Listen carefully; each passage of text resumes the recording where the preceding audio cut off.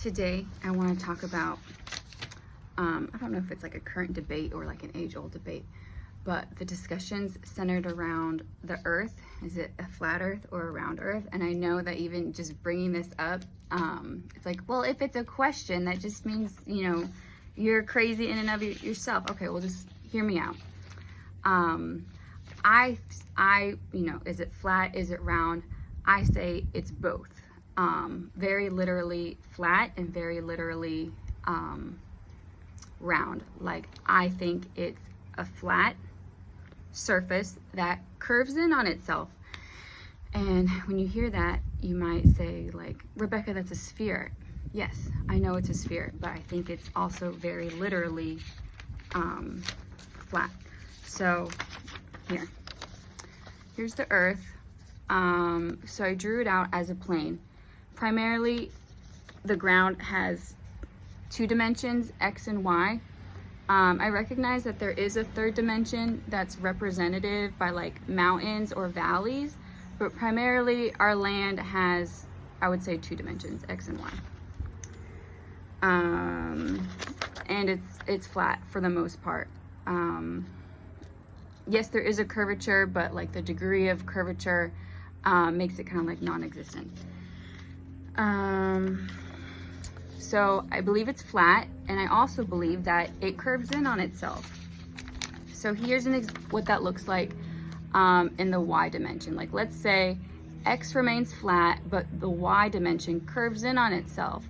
So the end of the Y is just, you know, beginning again.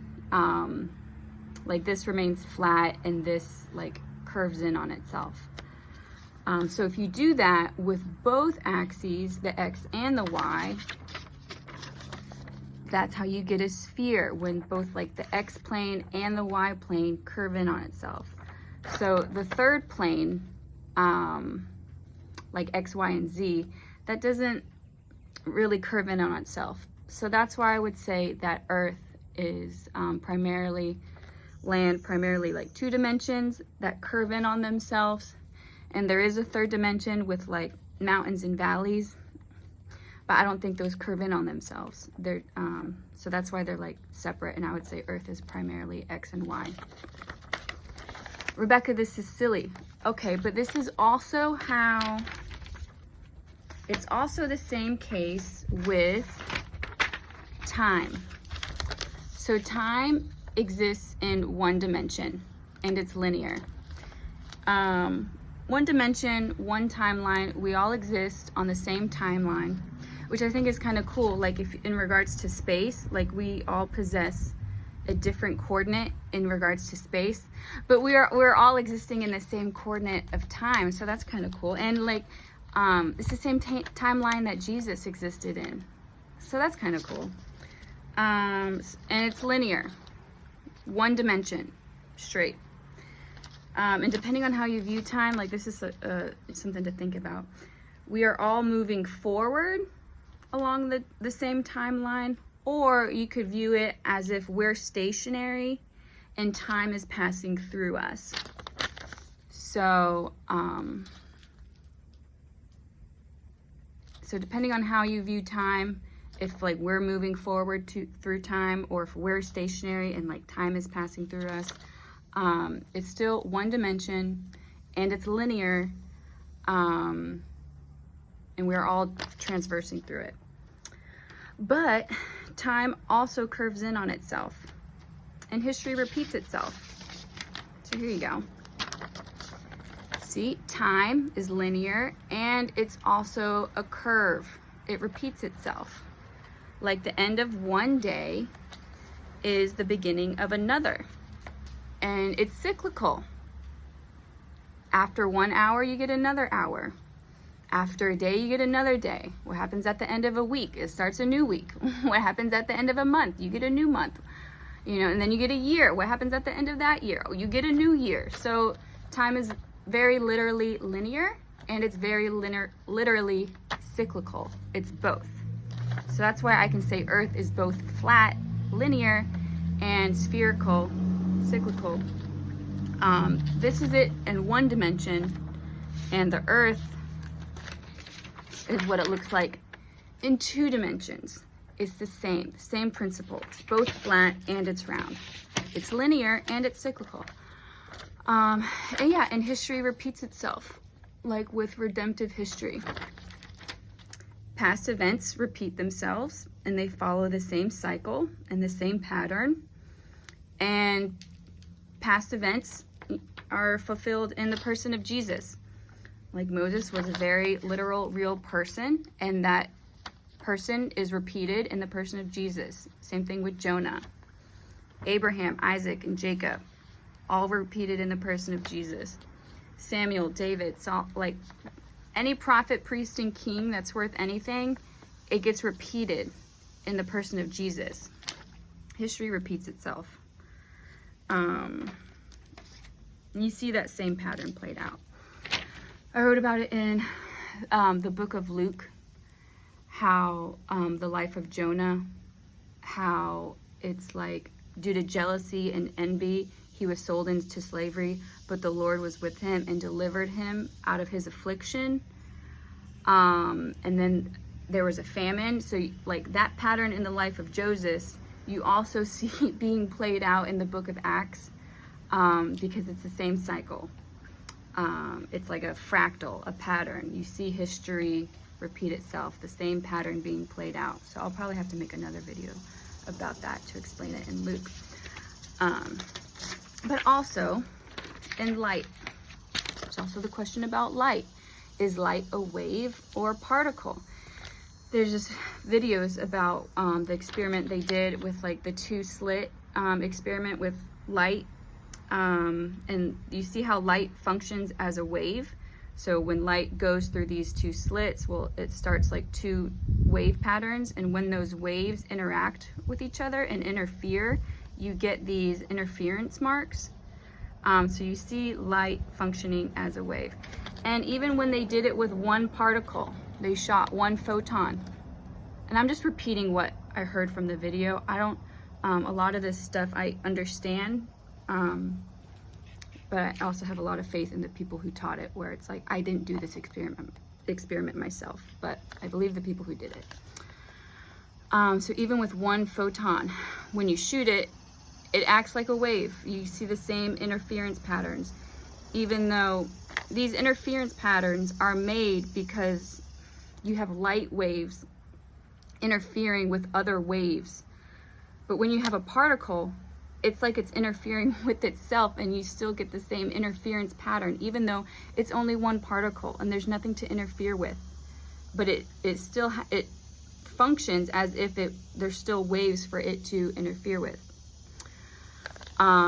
So light functions as a wave, but when they observe it, when they have a camera and they monitor what the photon does, once something is looking at it, now it acts like a particle and it goes in a straight path. And the only difference is someone's looking at it, someone's observing it, someone is fixing their gaze on it. And that makes it act like a particle moving in a straight line, whereas before it acts like a wave. And the only difference is whether or not someone's looking at it. When I first watched this video, I felt like I shouldn't have known that. I was like, it kind of like unsettles your like reality in your existence and like what you believe about creation. It's like, maybe I shouldn't have known that. Maybe we should have just like kept that sealed, but it's out there now, it's revealed. So yeah, light functions both as a particle in a straight line and as a wave. It's both. Same thing with time, linear and cyclical. Same thing with the earth, flat and round. It's very both. And then it's like, well, maybe that has something to do with like how our eyes are a sphere. So when our eyes look at something, it makes something straight look spherical, or it cancels out the spherical and it makes it look flat. I don't know. Maybe I don't want to know. But so in past videos, I talked about how there's this relation between like our physical world and like the spiritual world, because everything that's physical has its source in the invisible, like in Hebrews. By faith we understand that the worlds were made by things unseen, so that what is seen has its origin in the unseen. So all of these like physical principles that you see in nature, in creation, there's spiritual realities that go along with it. So even this principle right here, where it's like light functions as a wave, but when you observe it and you fix your eyes on it, it's like a straight path. I wrote some verses from Hebrews. Hebrews 12:2.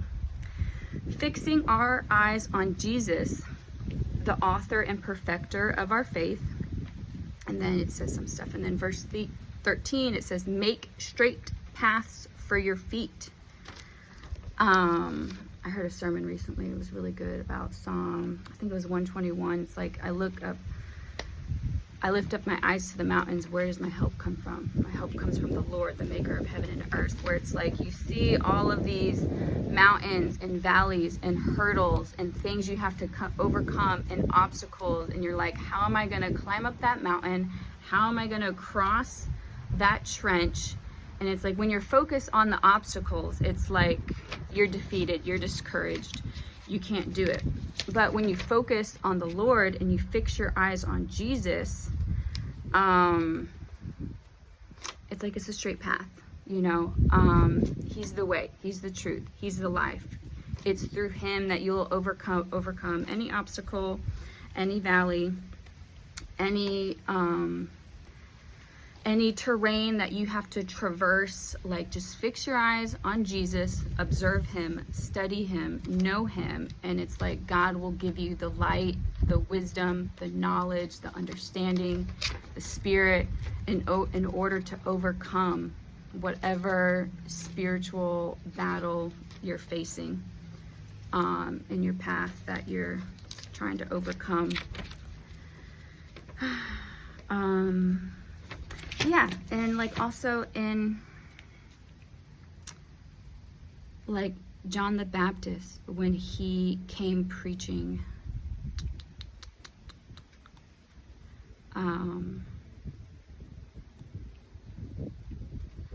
like in Luke 3, starting,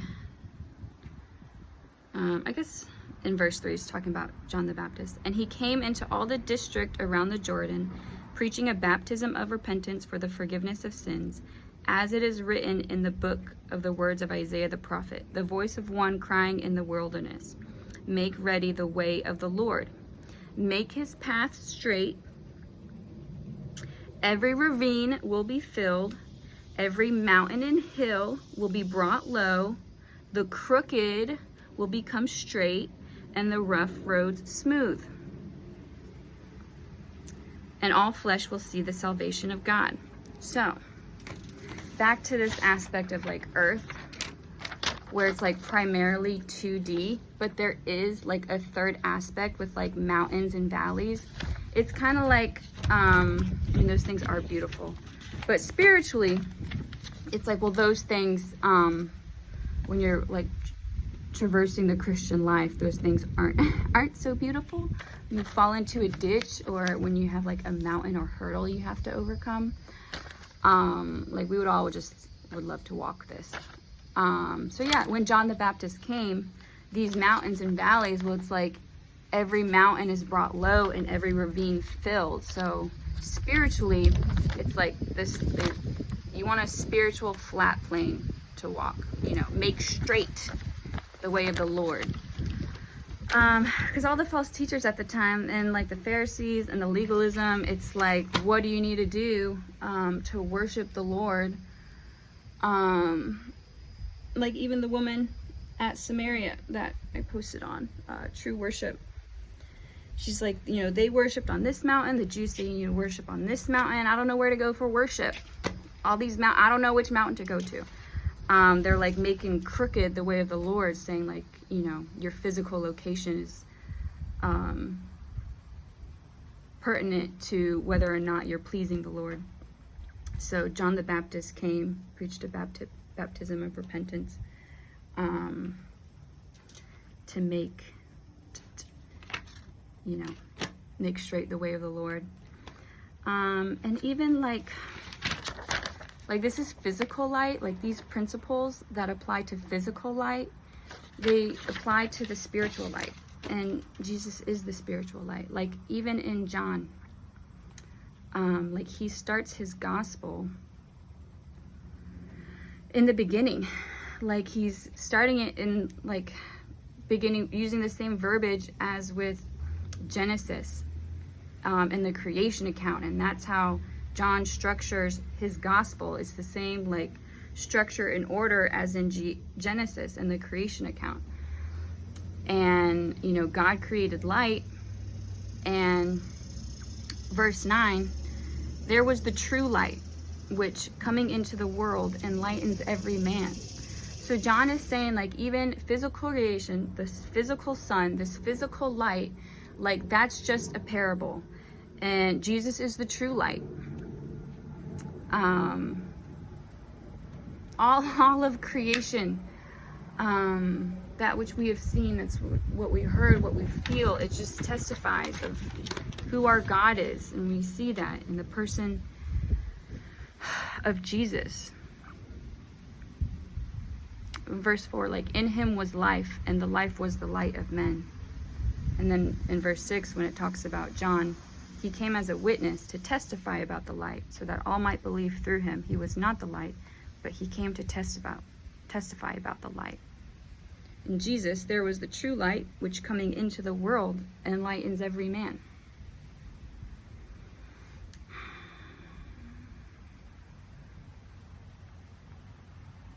So that's why when like people talk about Apollo, that he's the God of light, well, Jesus is the God of light. And maybe Greeks didn't have the right combination of letters. But there's only one God of light, and that's Jesus.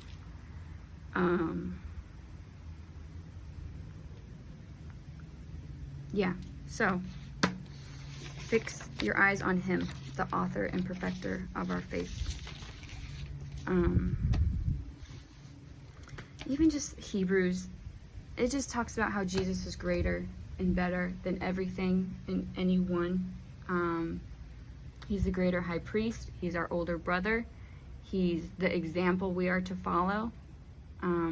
Even the apostles that came after him, the disciples that came after him, they're only as good of an example to the extent that they're mimicking Jesus. And you can learn a lot by their actions and their words and what they did, but they're just imitating Jesus. They only function, they're only as good of an example to the extent that they're imitating Jesus. And if we have the Gospels, you can go straight to the source. You can know him, you can understand him, you can observe him, fix your eyes on him, ask questions like, why would he say that? His response, who is he responding to? What is he trying to communicate? Like even his parables, like with the loaves, and he's like, did you not understand when I fed the 5,000, how we had baskets full, and when I fed the fourth, I might be getting the numbers. He's like, did you not understand? Did you not understand? Like there was stuff from all of his parables that he was hoping the disciples would understand, and they didn't understand it. But look at his parables. What was he trying to communicate? What did he want them to understand that they didn't understand? He's the most fascinating person of all of history, of all of any literary writings, any complex character that's worth studying, worth knowing. Like he's it. Just go to him. Fix your eyes on him. Know him. And yeah, I think the earth is both flat and round, because supposedly the physics work for both. If you assume that the earth is flat, the physics work for that. And if you assume that the earth is a sphere, and orbital mechanics and the equations and the principles of gravity and things like that, they also work when the earth is a sphere. It works for both. Supposedly. I've never done these experiments. I've just been taught them in college and throughout work. But yeah, like the physics work for both, the equations work for both. I think it's true to say that the earth is flat and the earth is round. I think it's the flat plane that curves in on itself. Just like time and just like light. Okay. I know if people have interacted with me in the past, I don't know, year or so, and I zone out of our conversations, and they make the joke that I'm like Major Tom from like Walter Mitty, like, Major Tom, where'd you go? This is what I think about. This is where I'm going. This is what is in my mind. This is where my thoughts drift off to. These are the things that I try to work out and reason and understand. It's all this. This is what I think about. And hopefully that was helpful and you can understand them too.